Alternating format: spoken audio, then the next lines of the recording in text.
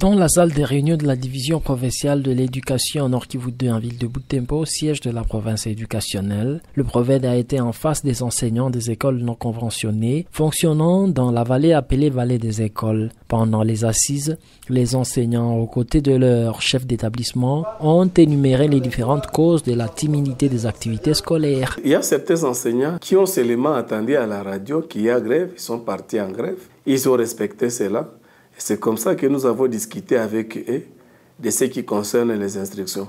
Parce que nous avons beaucoup d'instructions émanant de notre hiérarchie qui montrent les devoirs de l'enseignant, pas seulement les devoirs, ainsi que les droits de l'enseignant. C'est en réalisant son devoir qu'on doit réclamer le droit. Nous avons été instruits par son Excellence de dialoguer avec les enseignants. C'est à partir avec des dialogues pareils que les enseignants vont commencer à enseigner. Vous avez vu tous ces enseignants, ils ont déjà quitté les grèves, ils ont repris les cours.